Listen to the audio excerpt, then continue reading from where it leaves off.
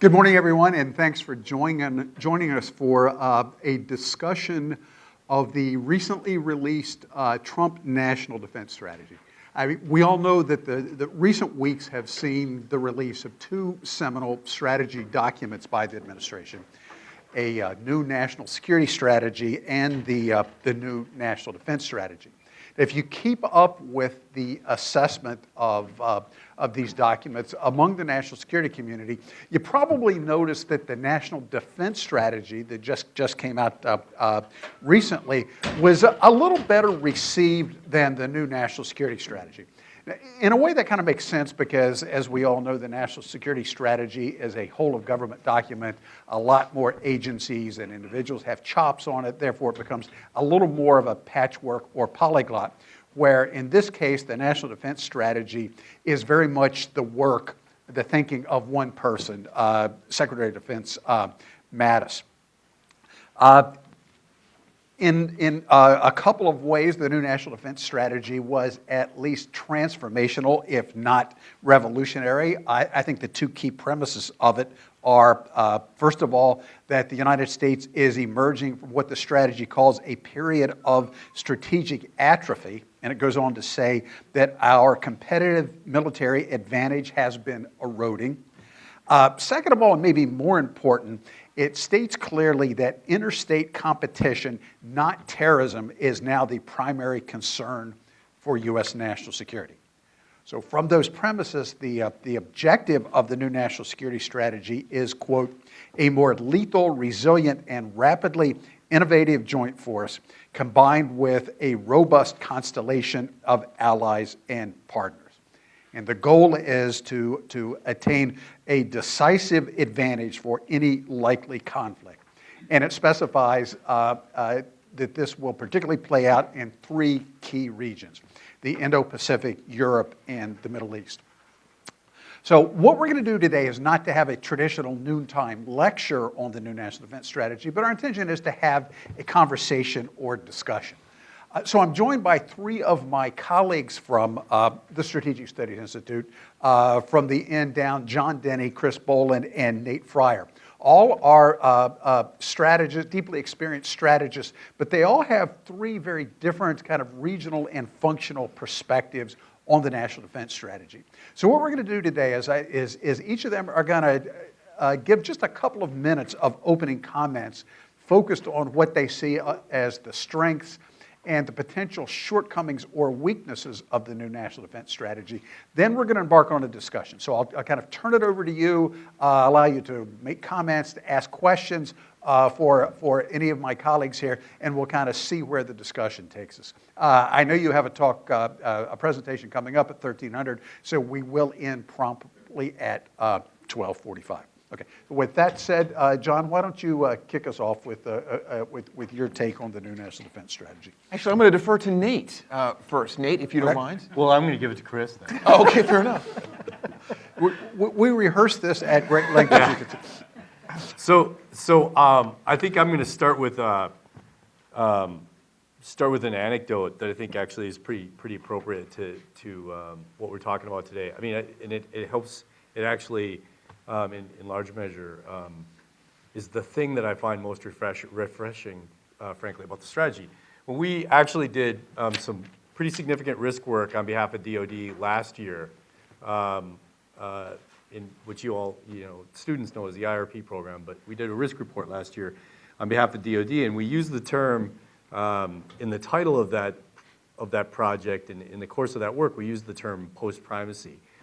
And like all good, sort of think tank reports, we ran it through a group of graybeards, and the graybeards that we had were a collection of retired former senior military leaders, retired political appointees, et cetera. They were all fundamentally, viscerally reactive to the term post-primacy. And in fact, what we meant by post-primacy, and if you actually if you went past just the word, what we really meant was that the United States had really entered a much more competitive environment where persistent, our unassailable, our post-Cold War unassailable advantage was no longer unassailable, and that we were across the board being challenged in a number of different ways. And so for the good news, That's really what I find very refreshing about the strategy. I mean, for the first time, it basically says, look, you're either playing dead even or playing from behind with a couple of pretty significant strategic players in the world, and you have to actually pick up your game. And I think that's a refreshing message from the senior level of the Department of Defense to its department and to the nation as a whole. So let me make just, I think I have sort of 6 points with 25 subpoints under each. No. So the first thing I was going to say is, I think the first thing about the strategy that I would say to you is that I think the strategy recognizes that the United States is at peak risk. I don't say that by any sense of the word as being some kind of hyperventilation. I think this is a recognition that the United States is being confronted on a number of different fronts, across and within competitive and contested, domains, geographic areas of interest, functional interests of the United States. And from that point, the United States is in some ways at peak risk, or in a place where it may sense that it is being overwhelmed by its responsibilities. I mean, I think by any measure of risk, and the old way I use it is measuring it as failure, the likelihood of failure or prohibitive cost in pursuit of your interests. If you look at it by any stretch, across the board, across competitive domains, and across geographic areas of interest, the United States is in fact facing increasing risk to secure its objectives over the long term. The second point I'd make, and I had a conversation recently with some folks that were involved in developing the strategy, and consistent with some of the work that I'm involved in now with the War College. There's a clear acknowledgement of hypercompetition within the strategic environment in this. There's certainly recognition in here that the United States has entered a persistent struggle for transient advantage, and as a result of that, it's going to have to adjust the way it approaches defending its interests. The third point I'd make, and it connects directly to this, is this idea of a competitive strategy. Once again, there have been attempts. Actually, I'm a bit of a QDR, National Defense Strategy lawyer. I've gone through them all, picked them all apart, read them all, wrote one of them. So I mean, I've had a pass with these documents. The one thing I'll say is we've made forays into this idea of a competitive strategy before. It is not something, however, that's comfortably articulated in public by the United States. But this idea that we have to expand the competitive space, I would suggest maneuver asymmetrically, persistently always challenge the rules of competition and conflict ourselves because our opponents are doing that. This is all embedded in this strategy, and it's all really, in my mind, an advancement of strategic thought from that perspective. I think the other thing that's really important to recognize, and that's inherent or implicit in this document, is sort of an admonishment on the part of the senior defense leadership, the current senior defense leadership, to avoid distractions and to remain focused on the most important objectives, the most important threats, and the most important opportunities that might present themselves to the United States. I think that's an important message that's implicit in this document. The fourth point I'd make is this really, I think, begins to dispense a little bit with outdated models of competition. It begins to dispense with the idea of the United States being sort of the primary or unassailable power and being able to sort of exercise, dominant influence in any geographic region or functional domain that it wants to. And it basically says we've entered a new era. What I would actually caution to the defense leadership in that regard, though, is what you're seeing with the Russians and the Chinese is not what you saw with the Soviets, right? It is a fundamentally different challenge to the United. They are fundamentally different challenges to the United States qualitatively than the Soviets were, because the way specifically that the Russians and Chinese are challenging the United States is far more comprehensive and cross-domain than the Soviets did during the Cold War. I like the idea of their new operating model. I mean, if you go in here and read their operating model, it's an interesting. It only gives you a taste of it. There's probably much more in the bigger, more classified version of this. But this idea of having foundational capabilities, which I think are always forgotten sometimes or many times forgotten in sort of major strategy documents. Foundational capabilities, C4ISR, space, cyber, logistics, transportation, et cetera. Those foundational capabilities, making sure you cover down on those to maintain the United States' ability to be a global power, and then finally have these four layers of military operations or exposure in the world, which are contact forces, blunt forces, surge forces, and homeland forces. They call them layers basically layers of defense for the United States, but they're very important. I mean, contact basically means security cooperation, the constant, persistent contact that the United States military has in the world.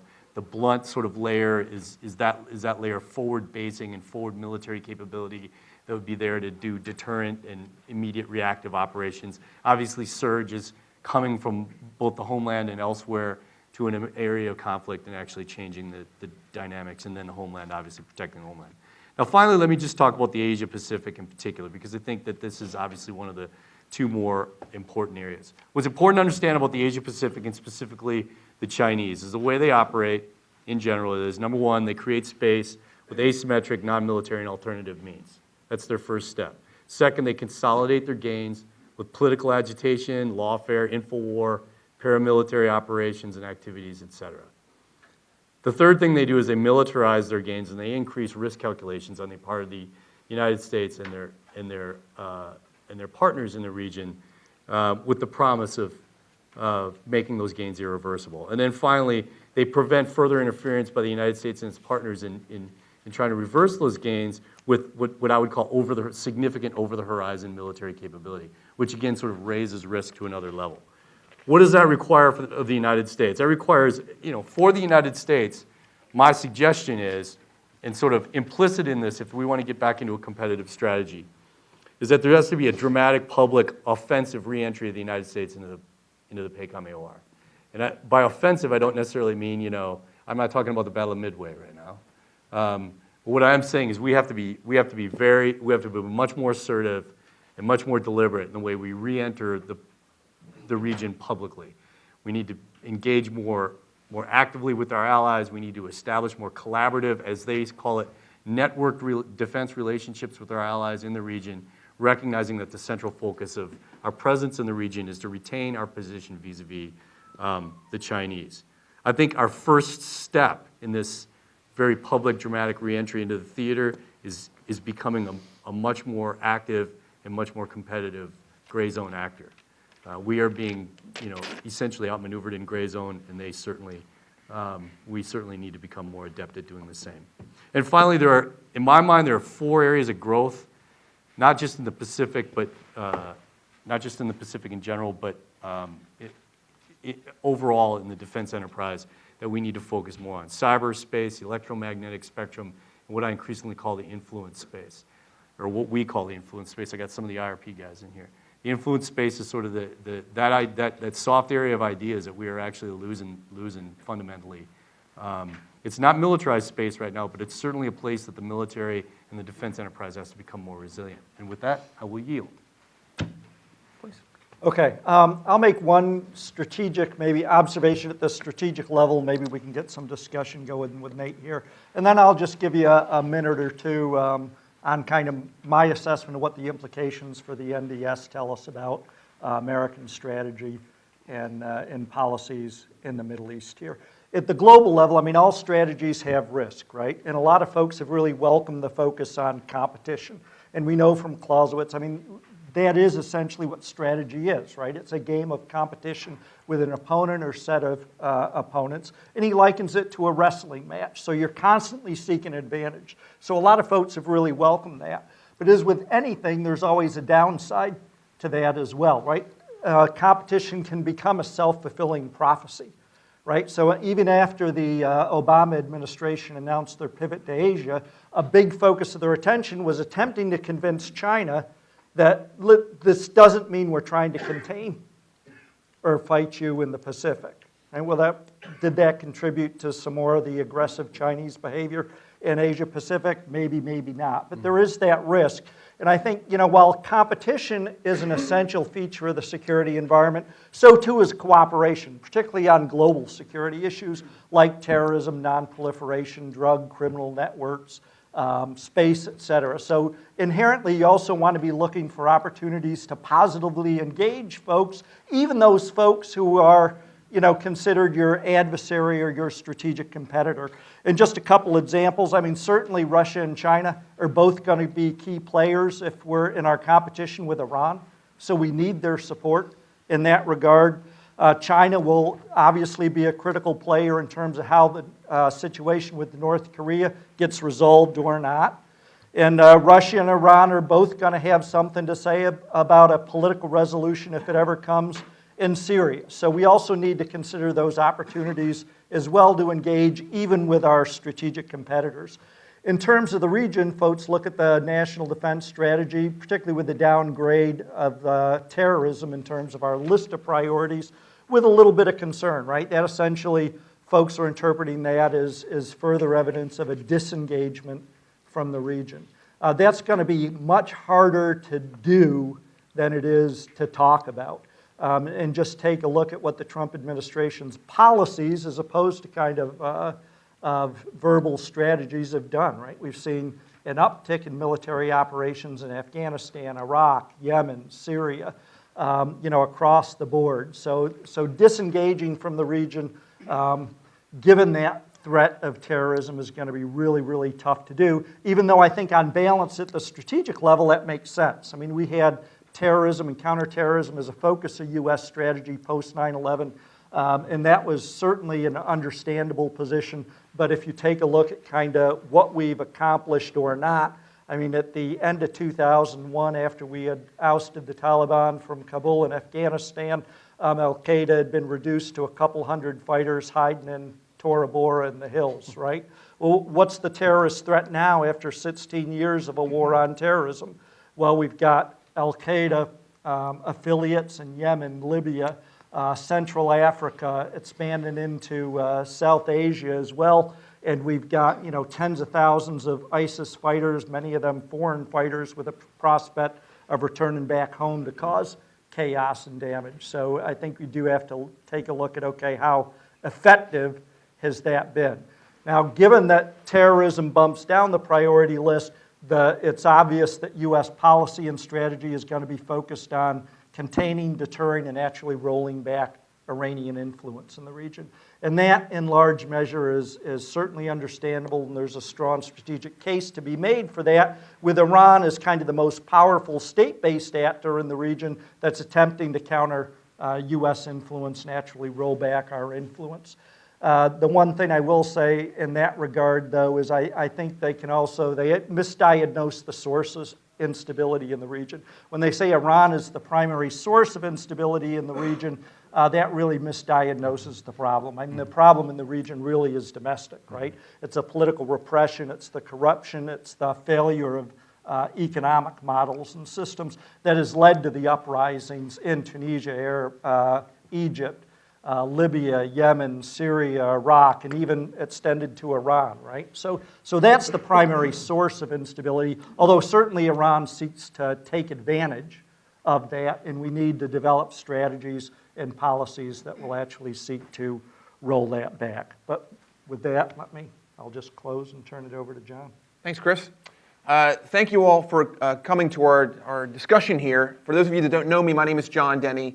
I'm a research professor, as my colleagues are here over at SSI, and my title is Research Professor of JIM Security Studies, JIIM. Since 2014, about March 2014, for perhaps obvious reasons, I've focused mostly on the second I, intergovernmental, and the M, multinational, in that acronym, meaning that I basically am the NATO guy for the last couple of years here at the SSI. And so I'm going to focus most of my comments on the implications of this new national defense strategy for our European allies and for NATO specifically, especially vis-a-vis Russia.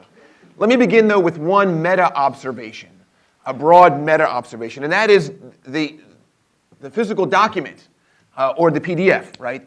If you don't have the physical document, you probably read the PDF. It's all of maybe 11 pages of text with a couple front pages and back pages tacked onto it. As many of you may know, this NDS replaces the QDR, the Quadrennial Defense Review Report. The last one of those was almost 90 pages in length. This new version, of course, is the NDS. The short summary that we have of it here, publicly released, this 12-page document, is, of course, just the summary of a reportedly much larger classified version. We're going to limit our conversation here to the unclassified summary. But this speaks to, I think, the Pentagon's approach to this new competition, right? In the QDR, 90 pages publicly released, we really laid down a lot of cards on the table. The Pentagon, that is, we the U.S. government. That has not happened with this new defense strategy. And that, I think, speaks volumes to the new approach that this administration and the Mattis Pentagon has taken to this new competitive environment that we are now engaged in, a new competitive strategy. Let me offer you now some comments on what I think the implications are for Europe. First, I think a lot of this new NDS is going to be music to the ears of our European allies. First, with regard to what the strategy says about alliances, the strategy defines alliances as not simply the bedrock of U.S. security, but global stability. So that's a positive thing for Europeans, right? It also talks about the fact that alliances ease American security burdens. It cites the fact that certainly over the last 15 to 18 years, since about 2000, and the Iraq War and the Afghanistan War, that allies have been with us carrying the burden with American troops every step of the way. And thirdly, this new NDS casts alliances in a much broader strategic context of undergirding our economic stability, our way of life, really. And to many of us, that makes great sense, right? That's really the reason why we have alliances. It's a nice byproduct that we generate this transatlantic security community of democracies and so forth. But the real reason why our country and our allies are willing and able to expend blood and treasure in the defense of one another is because of what alliances mean to our security and our economic stability and well-being. And this NDS is very explicit about that. The NDS is also very positive with regard to its take on Europe, on the continent. It describes a free and strong Europe as, quote-unquote, vital to American national security interests. That, again, is going to be very welcome to European ears. It also talks about the benefits of working by, with, and through the EU when it comes specifically to transnational threats, especially those emanating from Africa. So this is all very positive news for Europe, right? How the strategy treats alliances, the American approach to them, as well as Europe specifically. But before we can pop the champagne corks, European audiences should be cautious, right? There are some reasons for concern if you're a European and you're looking at this strategy. First, the way in which the strategy envisions implementing or acting out or achieving its broad objectives are pretty limited when it comes to alliances. There are three objectives that are outlined. The first two really focus on this burden-sharing debate, which we're all very familiar with by now, frankly. The third is described as deepening interoperability. And here I think the primary question the NDS does not answer is interoperability for what and how? Our concept of interoperability in the States has often been selling our allies our exquisite defense technology, right? Getting as many partners as we can into the F-35 program to help not simply make operating with them easier, but to also decrease the cost, right? So my question for the Defense Department would be, how much do you envision really deepening that interoperability? Is that seen in the next couple of years more in terms of what we've seen in the past, that is just bringing Europeans along once we've already developed a high-end product, or is it bringing them in at the ground floor level when it comes to requirements definition, defining how it is we're going to respond to various challenges, bringing them along for doctrinal development, right, conceptual development? That, I think, is where we need to see more work in terms of deepening interoperability.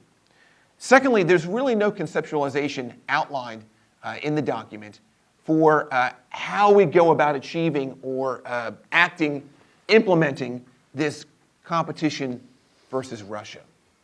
My concern is that the services given past practice, will resort to what they know best.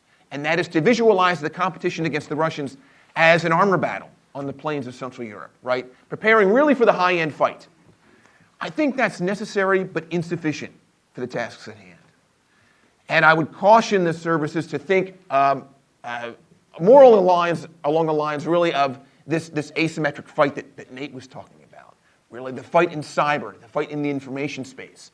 That isn't well outlined in this NDS, at least the summary that we've seen. Now maybe that is intentional, right? We're going to keep the cards close to the vest. But unless we're able to outline, at least for our European allies behind closed doors, how we're going to conceptualize acting on or really implementing that competitive strategy versus the Russians, we need to be concerned they may not be along for the ride.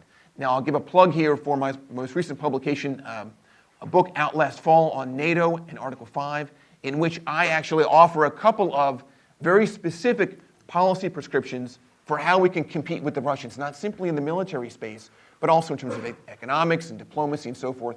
There are some very specific things the U.S. should be doing, can be doing, to compete with the Russians in Europe.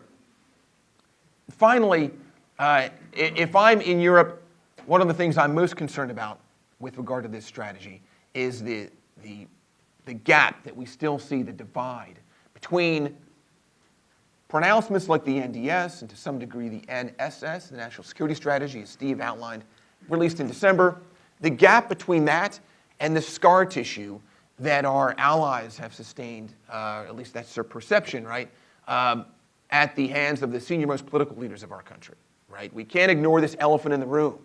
And so although this document says all the right things about alliances, about Europe, our European allies are still concerned about what has come out of the White House. And it's unclear to me whether now we've bridged that gap. And I think there's still great concern in Europe over this. So with that, I'll close my comments and turn this back over to Steve. Thanks, John. We have about half an hour now for discussion, to have a conversation. What I would like to ask you to do is if you have a question or comment, please turn your microphone on because we are recording this and plan to make it available on the SSI website. So who has a comment or question for our panelists? Hey, sir, I got a question for you. When you talk about expanding the competitive space and you say in respect to domains, what domains are you referring to? Are they instruments of national power or are they domains like we talk about in the schoolhouse?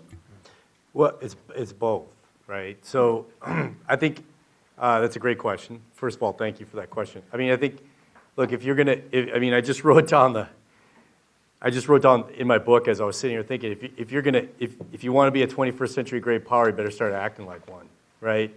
And what that means is sort of not the sequential application of power, but the simultaneous application of power, which is what I was actually referring to when I talked about an offensive reentry into the region. I mean, unfortunately, I'm at the War College, in Beijing. They're going to read that as some kind of U.S. invasion plan for the Indo-Pacific region. But really what I'm talking about is really exactly, I think, what you're implying, which is sort of across instruments of power, but also, yes, across competitive, contested, traditional military domains and as well as emerging domains. And, I just pointed out this idea that it's clear to, it's increasingly clear to me that we not only have increasing vulnerability in places like space, cyber, and EMS, right?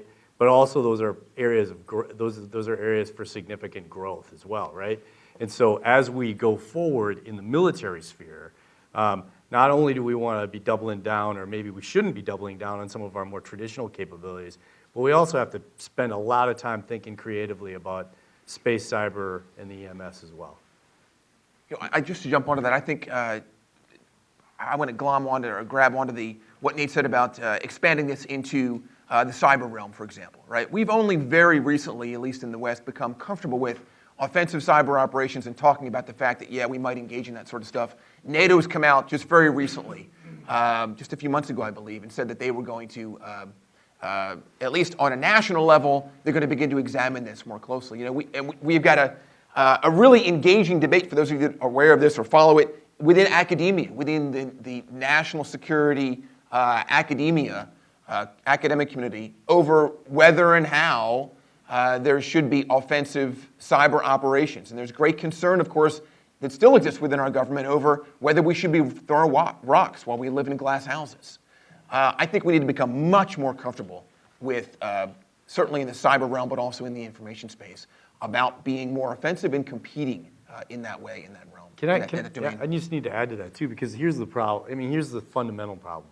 Fundamental problem is for a very long time, the United States, and I would probably argue most of our more consequential, close NATO partners, our Western allies, our allies in the Indo-Pacific, et cetera, we've all seen offensive action in sort of the information space, the EMS and cyber, is having the potential for a circular firing squad, right? I mean, that's always been our problem, that if we pull a trigger, we're going to end up shooting ourselves or one of our allies in the process, or we're going to have a secondary or tertiary effect that we find unpredictable. Here's the bottom line. The bottom line is the Russians and the Chinese are willing to accept that risk, all right?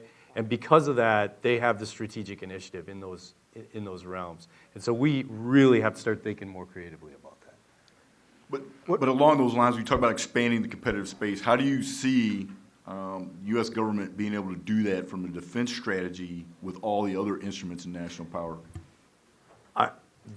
Anyone want to take that first? Or? Well, I mean, I think that's what highlights actually one of the strategic risks with this national defense strategy. If you're talking about expanding into this, all these other additional competitive spaces to include making up for kind of the ground we've lost on conventional and nuclear military superiority, that's going to take resources, right? And this gets back to the Army War College model. One of the big strategic risks is kind of the imbalance between your objectives, your aspirations, your goals, and the resources you're willing to put into it. Now, the Trump administration has hinted that they're going to bump up the defense budget by about 7% for 2019. But that's probably not going to be enough, quite frankly, and this might be addressed in the classified piece of the document, too, in terms of where we're going to make trade-offs on what systems and capabilities we're going to emphasize, what we're going to forego. So that could be addressed in the national, in the classified piece of the strategy. But it might not be, and if we don't sustain that kind of investment, and there are, I think, real doubts that we can sustain that kind of investment over a 10 to 20-year period, that will pose a risk, and tough choices will need to be made. I'll give you an example of how we might think about or begin to think about expanding this. In the West, we have, or at least in the U.S., maybe not all of the West, I think of one ally in particular.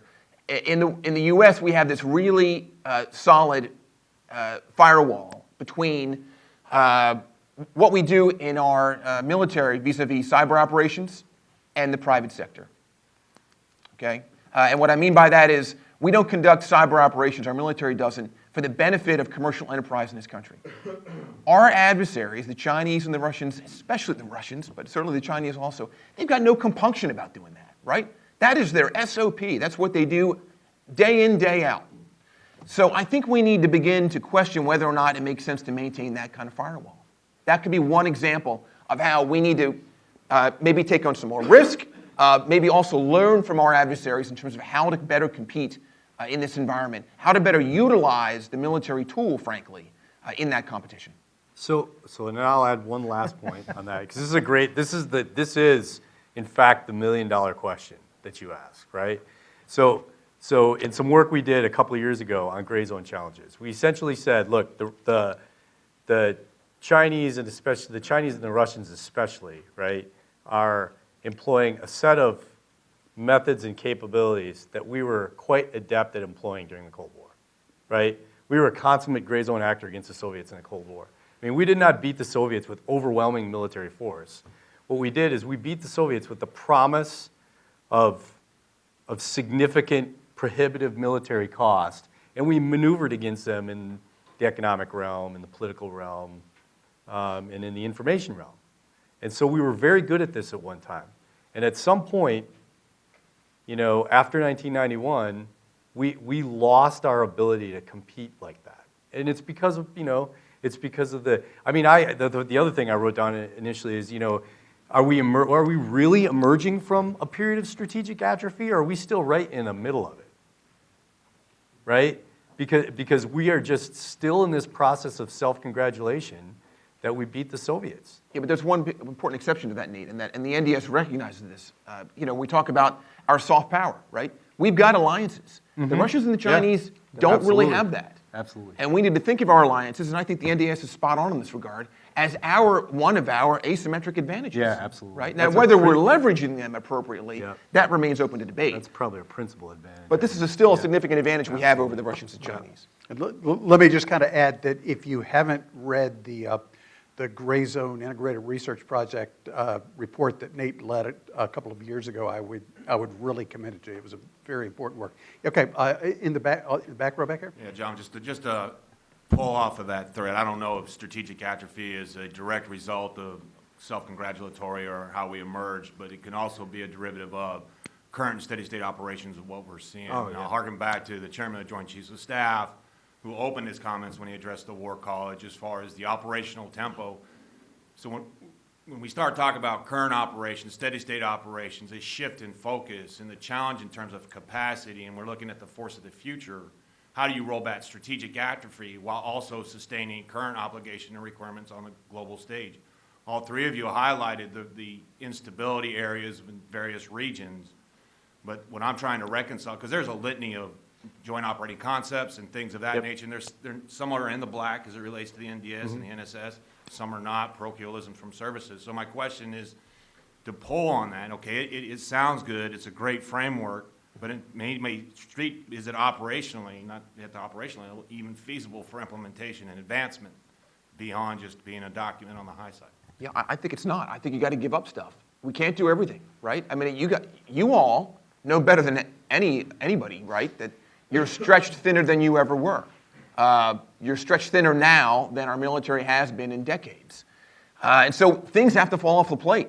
The first thing I nominate for that is what we're doing in Afghanistan, right? There was a great article was it this morning in the New York Times? I think it's maybe on the front page, about this ongoing, or seemingly never-ending war there.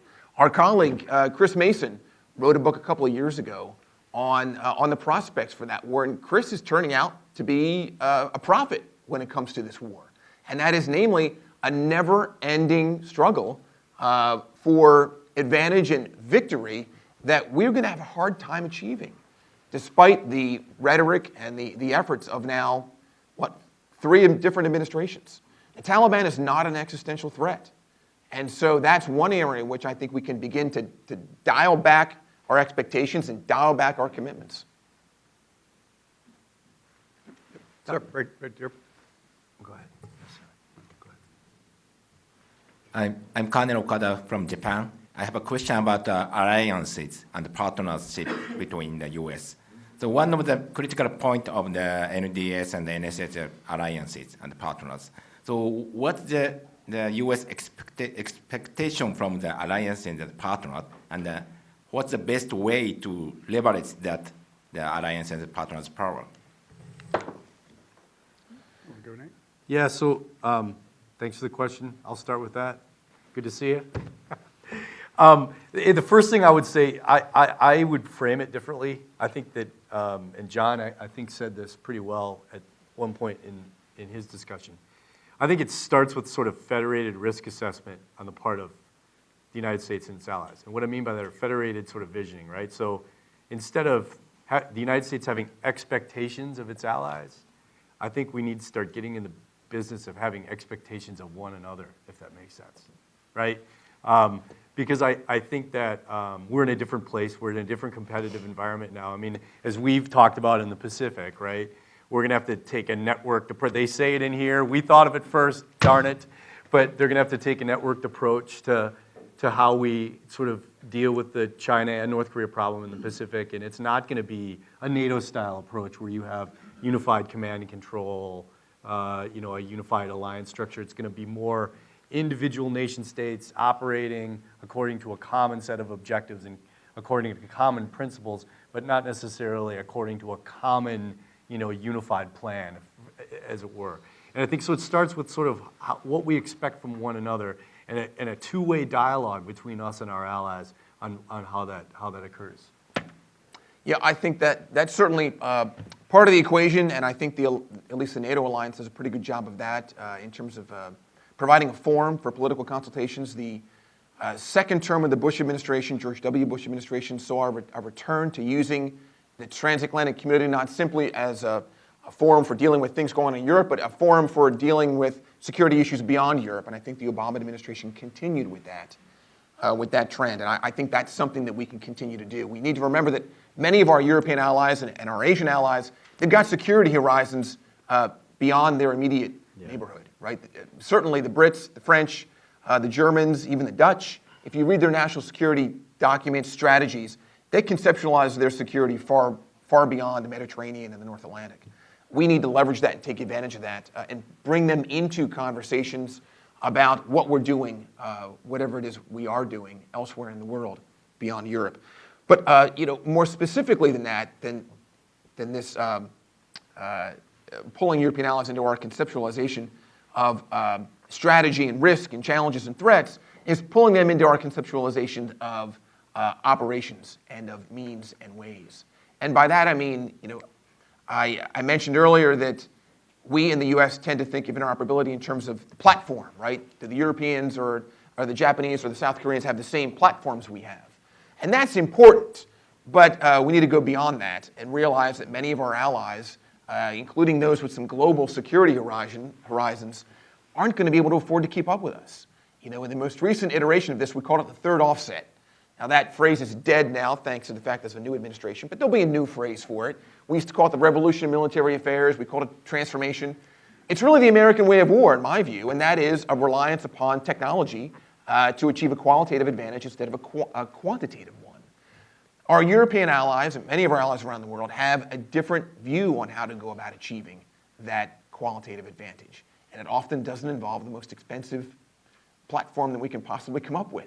I think we need to have more of a dialogue with our allies over how we achieve some of those same objectives when it comes to acquisition, when it comes to operating concepts, when it comes to doctrine. I think too often it's a one-way,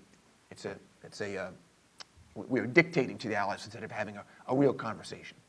Yeah, I will say, in the Middle East, there's actually kind of a unique challenge with allies too, and it just highlights the risk of you can also over-empower and enable your allies, right? That causes kind of adverse second and third order effects for the United States. $130 billion in assistance to Israel has clearly made Israel the dominant regional military power in the region. But what is U.S. policy focused on when we went into Desert Shield, Desert Storm? Keeping Israel out of the fight. OIF, keeping Israel out of the fight. When we're negotiating with Iran over nuclear weapons, trying to prevent the prospect for a unilateral Israeli strike. With the Saudis, we've got the largest humanitarian disaster in Yemen now, and we're enabling and emboldening that. With Turkey, take a look at them, NATO ally, and they're kind of threatening to sweep across the northern Syria and actually may well end up in a head-on-head confrontation with U.S. forces, who are backing the Kurds there. So there's a risk there of empowering and emboldening allies too. Richard? Yeah, I guess I want to push on the soft power and the economic part in particular. Somebody brought up, I remember who, about spending more on economics. And I was just looking at some charts, having been reminded that, all right, so the United States and its allies are somewhere between 60 and 70% of all world defense spending, not including countries like India and all that sort of neutral, but maybe tilted out. But then you look at the Russians and the Chinese, neither of whom is spending more than 2% of their GDP by purchasing power parity on defense, meaning they're below the level we think our NATO allies have to be. And I guess there's a part of me wonders, and you've hit on some parts of it, but I just sort of push on what are sort of the non-economic parts? My sense is that we are in danger of doing to ourselves what we wanted the Soviets to do to themselves, become a garrison state and spend themselves out of the ability to be a country that could survive because they spent too much on the military. We avoided it during the Cold War. Can we avoid it now and be more savvy about, in other words, we're spending plenty. Our allies and us, hypothesis or stipulation, we're spending plenty. Why can't we do a better job of competing without talking about more defense spending? And what are the ways to get at that? I will pull on some of the threads. Like I said, John's mentioned a couple, but just maybe pull on those threads, the non-defense spending part of what we can do. Well, I mean, I'll take the first crack at that. I don't think necessarily spending more money is, I don't know if I was the one who maybe implied it, but I don't think spending more money is necessarily the answer. And the other thing I would say about the cost comparisons too, right, is you have to factor in in the cost comparisons between countries in defense spending, you certainly have to factor in personnel costs in the United States defense spending compared to personnel costs associated with your rivals' defense spending, because they're substantially different, right? And so that changes, that does change the equation a little bit when you actually go side-by-side comparisons of defense spending. However, I think activity, more than money right now, is going to be one of the more important aspects of especially in the Indo-Pacific, I would argue, in Europe as well. Activity is going to be as important as is any kind of new investment in a capability, or it's just increasing your risk tolerance to the degree that you're willing to operate. See yourself as operating against your rival as opposed to just sort of conducting peacetime engagement, right?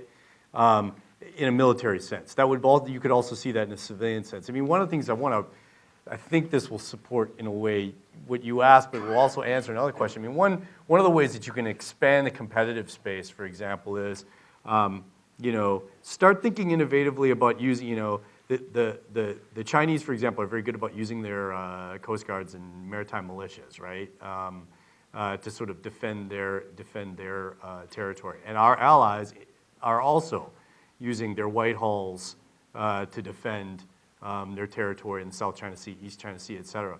Well, in a cooperative sense, we could actually start employing white hulls with our allies, and just from a law enforcement perspective, basically, from a law of the sea perspective, start saying, hey, we're gonna assume some homeland risk and employ Coast Guard forces alongside our allies, the treaty allies that we have, alongside them to defend their territory, to help them defend their territory, secure their territorial waters. That's an innovative way to use an existing capability that is not, and you are not overly militarizing the problem, right? You're simply exercising what is our recognized right of our allies to retain sovereignty over their territory. So I think that's what we have to do. We have to increase activity creatively and innovatively in areas where we already can do it, and then in the areas of growth that are probably lower cost. Again, I can't emphasize enough this idea of cyber and EMS, because I think those areas, and influence, those areas are lower cost areas. They don't require giant development programs, and they probably have major payoffs. I mean, if half of what is being said about the Russian capability to influence populations electronically is true, or if a quarter of it is true, then the potential for growth in that area is pretty incredible. I'm going to push back a little bit on Nate. I'm not sure activity is really feasible or the right answer. I mean, for example, look at what we're doing. Look at the burden our brothers and sisters in the Navy are carrying right now in the Indo-Pacific, right? They've got essentially the same mission set that they had 25 years ago with maybe half the ships in the Navy inventory, right? There's a personnel shortage across all services, but it's most acute in the Navy. I'm not convinced the Navy can take on more activity in the Pacific. A region I'm more familiar with in Europe, look at what the Army has been doing, our Army has been doing in Europe in terms of the op tempo, the number of exercises, training events all over Eastern Europe. Those folks, both those that are forward-based and those that are rotationally deployed to Europe, they have been run ragged. That is not an op tempo that we can sustain from a morale perspective or from a reset from a simple logistics and equipment perspective. I think we need to be smarter about the kinds of activities we're engaged in. But Richard, to more directly answer your question about how can we go about competing in this space in the absence of an increase in the defense budget, first, I think we probably do need an increase in the defense budget. We can debate how large or how small that is. But in terms of competing, there are lots of things we can do in the economic realm outside of what I think you mean. When you use that term, you're talking about from a fiscal perspective. From an economic perspective, though, there are a whole number of things we can do, right? We can keep the Russians out of the G8 permanently. We can continue to do what we can in the U.S. to keep oil prices and gas prices low, including tapping the Strategic Petroleum Reserve for that purpose alone. Remember, Russia remains a resource extraction-based economy. And every country's military strength is based upon their economic strength. And if the price of oil can be kept below about $80 a barrel, that is the break-even point for the Russian federal budget, then we can do great things in terms of our ability to compete with the Russians from an economic standpoint. So let me push back on my partner for a second. No, I'm just kidding. No, I want to clarify something because I don't want to be misunderstood. And the idea of activity, it's not necessarily, sometimes it's not necessarily more, but it's different. I think you pointed that out. That's the thing. I mean, I think we have to go with respect to, in particular, with respect to the Russians and the Chinese, I think we still have not yet changed our mindset from one of sort of the linear, 5-phase operations model to actually a much more spiral model to where your activity is actually operating. I learned a lot from the British when I was exchanging the British Army. In the British Army, I always used to value operational experience, not necessarily combat experience, right? Like, so the U.S. Army always, valued combat experience. And whenever you talk, in my mind, my perspective was when I talked to my British colleagues when I was in Great Britain, it was how much operational experience did you have? How many times did you, do peacekeeping, et cetera, operate, in austere environments, et cetera. So the point I was making is begin reframing everything that you're doing in the Pacific, in Europe, in the Middle East, et cetera, that is not a kinetic military operation against an adversary. Reframe it as having some purpose to shape shape the adversary's decision-making. Not necessarily do this sort of soft, nondescript, undefined, shape the environment. I'm talking about literally conduct operations that are shaping the perceptions of the adversary about your willingness to take them on, your willingness to go do things directly to them and against their center of gravity that changes their decision calculus. That, in my mind, that's not what we're doing yet. I think you put, your finger on an important point here in terms of kind of the relative balance in dime, right, in our overall strategic strategy. And it's a little bit unfair to expect the national defense strategy to address that, right? That's more the national security strategy. But it's why folks like, Secretary Mattis have said, look, if you don't fund the State Department, give me more bullets. I mean, and State Department is looking at a 30% cut. Routinely, what's one of the first things we actually do in terms of a national security challenge? Slap economic sanctions. But has economic sanctions actually compelled a Russian withdrawal from Crimea or eastern Ukraine? No. We've had decades of sanctions on North Korea. Did it stop their nuclear weapons development program? No. So, I do think there's more we can do, but you also have to have realistic expectations about what security objectives these other instruments are actually going to be able to accomplish. We're coming up on a hard stop because I know you have to be in Bliss. We've really only touched the very tips of the waves here. I'll tell you a couple of issues that I found particularly interesting and I'm thinking about for the new national defense strategy is, first of all, this kind of downgrading of terrorism, which as a strategist makes a lot of sense to me. On the other hand, polling data is clear that that's not the way the American public sees it. And a lot of the information sources of the American public, basically terrorism gets more attention, more clicks, more advertising dollars than does managing the Russians or the Chinese. So we have kind of a mismatch there in terms of what the strategy says is going to be our top priority and what the public says should be our top priority. I think something else I found very interesting in the new strategy is its emphasis on decisive advantage. I mean, what exactly does decisive advantage mean in this security environment, and is it attainable? So, what I hope we've done here today is to begin what will be an enduring discussion between all of you with us over the coming months and coming years as we try to figure out what this document means and where the United States is going with its security. So I encourage you to keep thinking about it. Please don't hesitate to get in touch with any of us if you would like to explore further any of the issues that we've talked about here today. And again, by all means, if you haven't, take a look at Nate's Gray Zone Integrated Research Project from a couple of years ago. So thanks a lot for your participation. Nice job, gents.